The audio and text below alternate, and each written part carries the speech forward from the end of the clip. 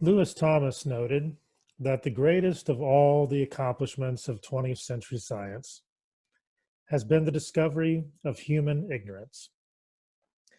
We are here this morning to explore the depths of our ignorance by looking beyond a need for simplicity and certainty, by expanding and challenging our understanding of the interdependence of science, religion, nature, spirituality, hope, love, and peace. Here in this place, at this time, we are again called to community, to consider the gaps in our understanding, with an invitation to not necessarily seek answers, but rather to ponder better questions. Hear these words for our chalice lighting this morning. Universal mystery, guide us away from the desire to shine light in all the corners.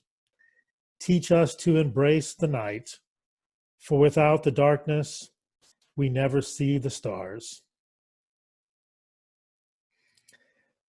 Let us join together now in our spoken affirmation. Love is the spirit of this church, and service is its law. This is our great covenant, to dwell together in peace, to seek the truth in freedom, and to help one another.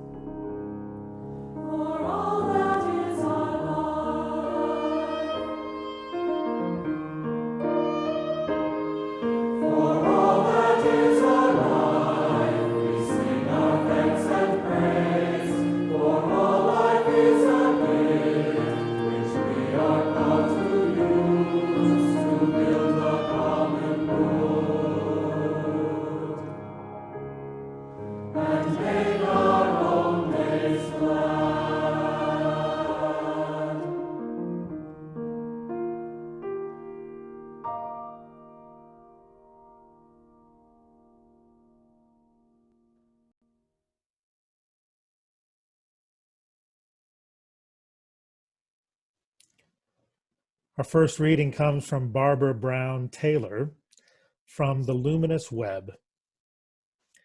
There is a living hum that might be coming from my neurons, but might just as well be coming from the furnace of the stars.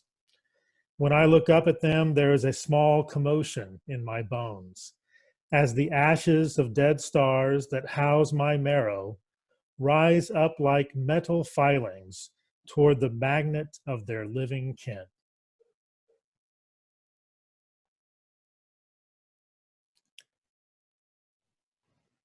Our meditation this morning comes from Zolani Casella. Hear these words. Help us to find our way through the turmoil that turns people against each other instead of turning toward each other in love. Help us to see that little good ever comes out of viewing each other as the other. Only when we find our common humanity can we coexist peacefully and with loving kindness?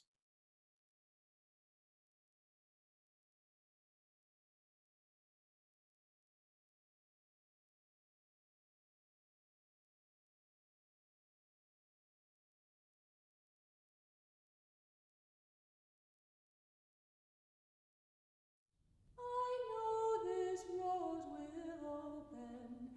I know my fear will burn away. I know my soul will unfurl its wings.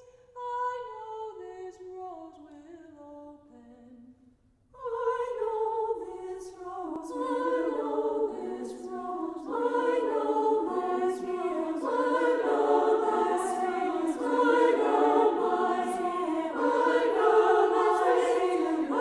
know this rose. I know this rose. I know this rose. I know this rose. I know this rose. I know my fear. I know this rose. I know my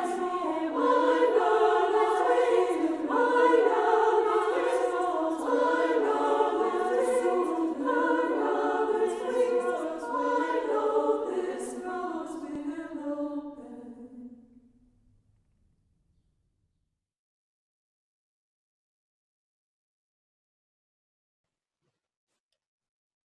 Our second reading comes from Sherry Turkle from her work, Alone Together: Why We Expect More from Technology and Less from Each Other. She writes, when Thoreau considered where I live and what I live for, he tied together location and values. Where we live doesn't just change how we live, it informs who we become. Most recently, technology promises us lives on the screen. What values, Thoreau would ask, follow from this new location? Immersed in simulation, where do we live? And what do we live for?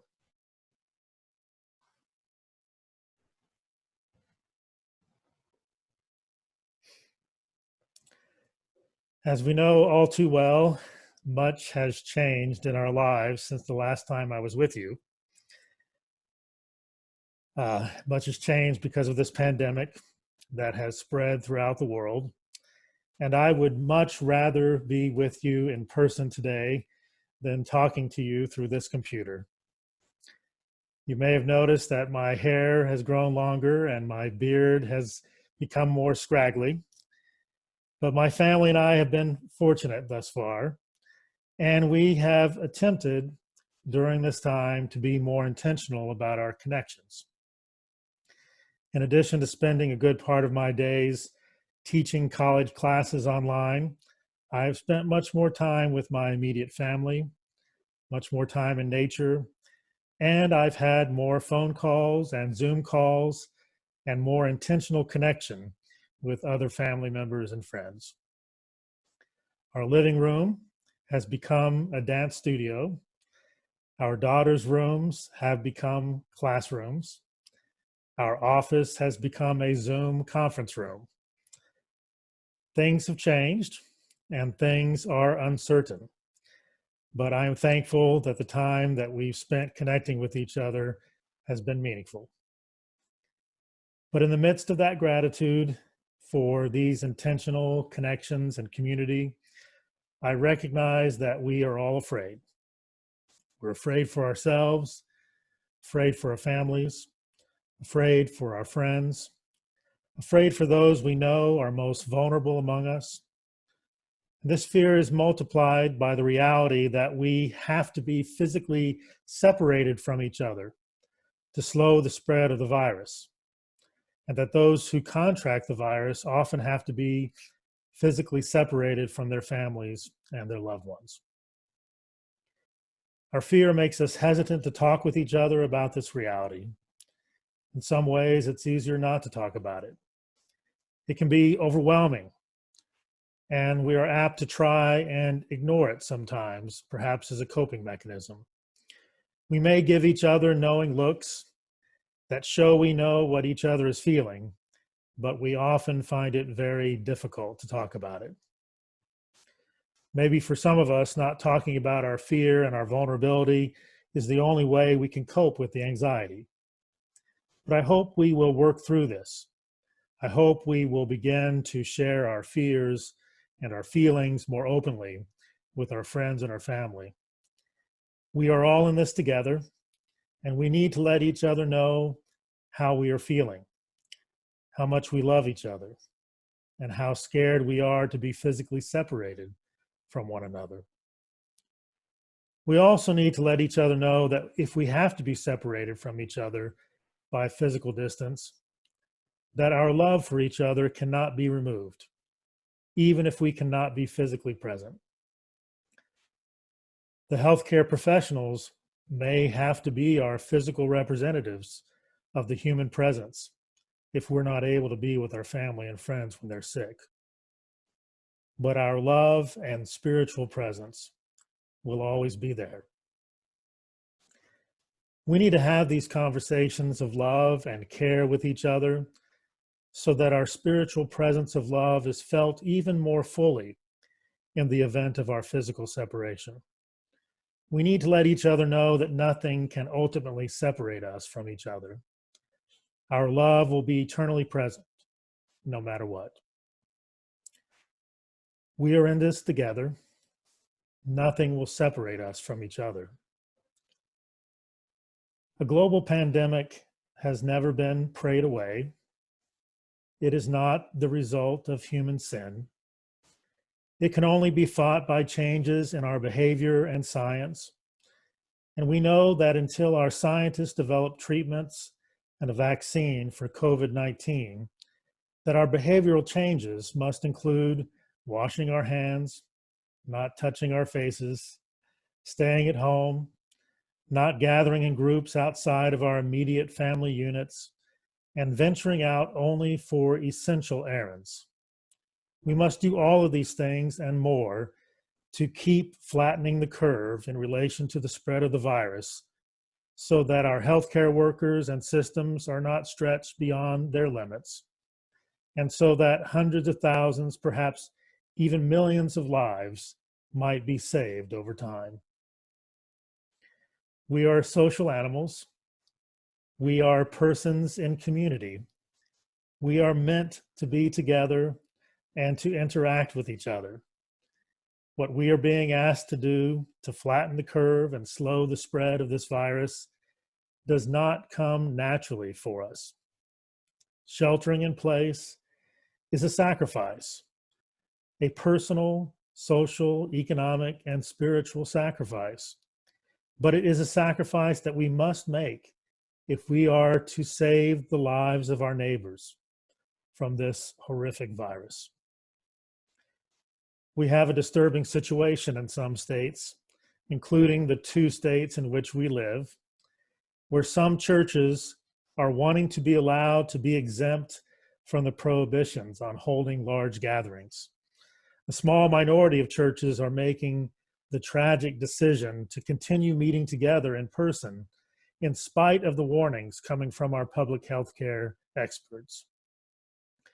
Perhaps in some cases, it's a combination of scientific illiteracy coupled with confusion caused by some of our early downplaying of the crisis and some of the aspirational remarks that churches were going to be open again by Easter.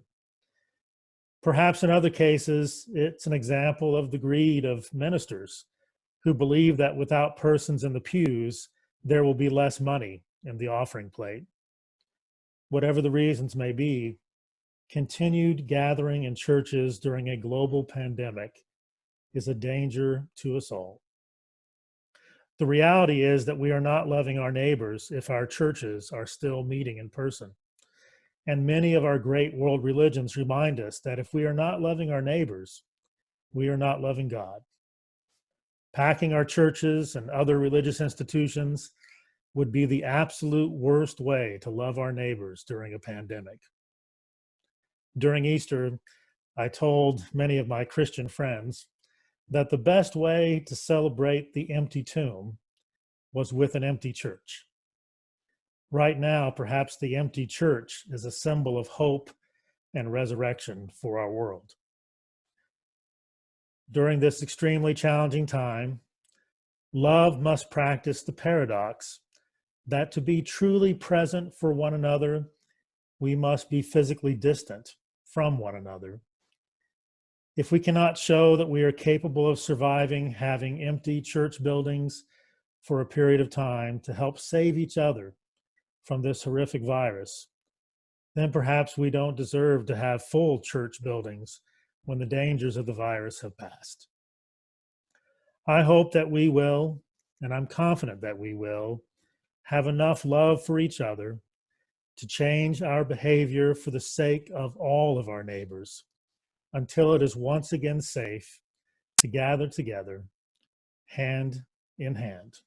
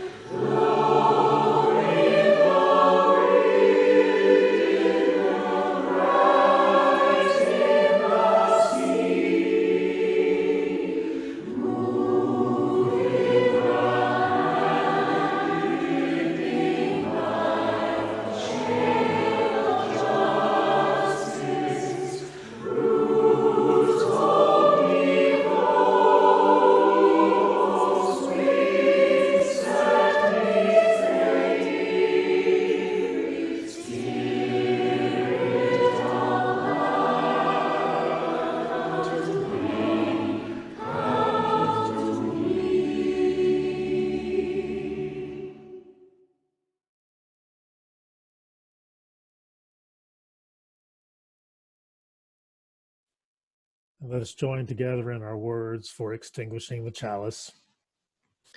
We extinguish this flame, but not the light of truth, the warmth of community, or the fire of commitment. These we carry in our hearts until we are together again. Peace be with you, my friends.